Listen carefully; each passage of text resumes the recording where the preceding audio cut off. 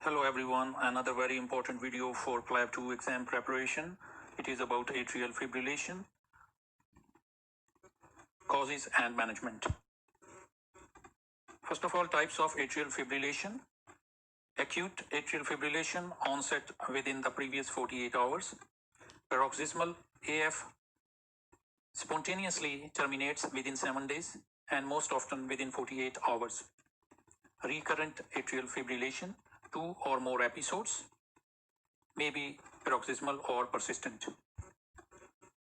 Persistent atrial fibrillation. Persistent atrial fibrillation which does not terminates on its own and it lasts longer than 7 days, or there is history of prior cardioversion.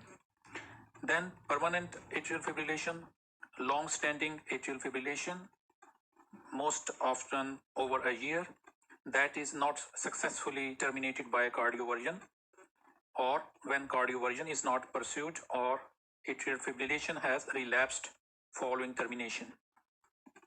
There is another type of atrial fibrillation which is called lone atrial fibrillation.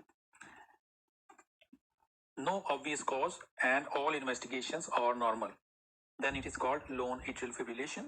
It occurs in up to 11% of people with AF.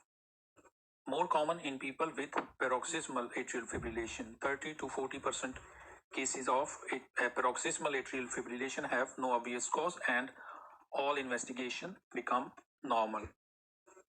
Now coming to causes of atrial fibrillation, we can divide these into cardiovascular causes and non-cardiac causes. Cardiovascular causes include hypertension, myocardial infarction, coronary heart disease, heart failure, valvular heart disease, sick sinus syndrome, Wolff-Parkinson's-White syndrome, cardiomyopathy, pericarditis, myocarditis, congenital heart disease, atrial septal defect, and atrial myxoma. Non-cardiac causes include hyperthyroidism, medicine-induced, for example, thyroxine and bronchodilators, acute infections, electrolyte imbalance, pulmonary embolism, diabetes mellitus, lung cancer, some lifestyle and dietary factors, caffeine intake, excessive alcohol intake, obesity, and lone atrial fibrillation in which no obvious cause and all investigations are normal. Presentation of atrial fibrillation, patient may present with breathlessness, palpitations, syncope, dizziness, chest discomfort, stroke, TIA, or heart failure. Important differentials which you need to keep in mind. Atrial fibrillation needs to be differentiated from atrial flutter, supraventricular tachycardia, atrial extrasystole, WPW syndrome, AV nodal re-entry tachycardia, and VT. What investigation you will do? First is ECG in all patients. ECG may become normal in cases of paroxysmal atrial fibrillation. In those cases, you will have to arrange for 24-hour ambulatory ECG or an event recorder. The changes in ECG are absent P wave and irregular ventricular rate, which you can see on the ECG as variable RR interval. Blood tests which you need are full blood count, especially to check for any infection markers and anemia, then troponins, renal function test, electrolytes, liver function test, thyroid function test, and coagulation screen before starting any coagulation.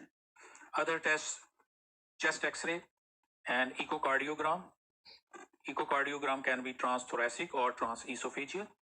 And if there is any suggestion of stroke or TIA, then you might need to do CT or MRI brain.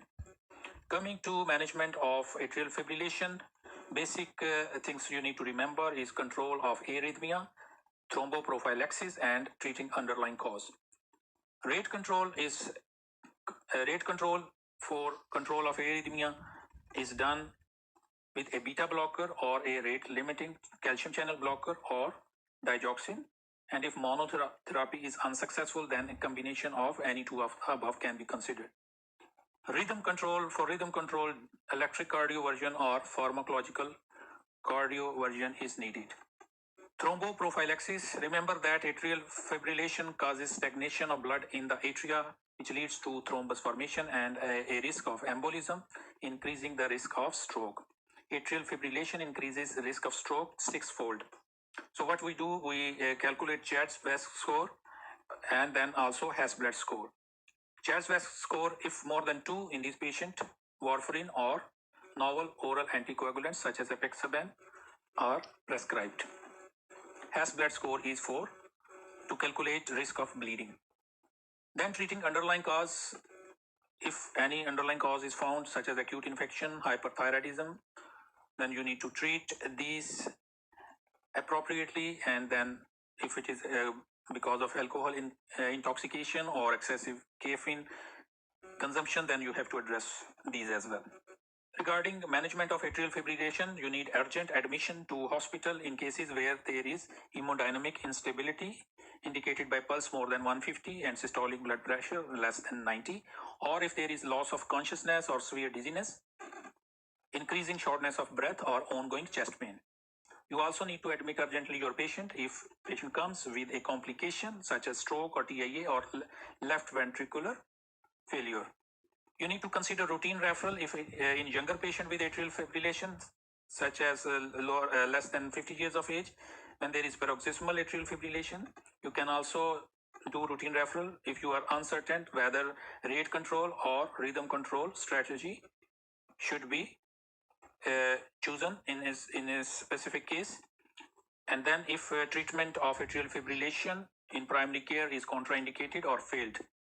Also, you need to refer your patient as a routine referral if there is a valvular heart disease, left ventricle dysfunction, or WPW syndrome.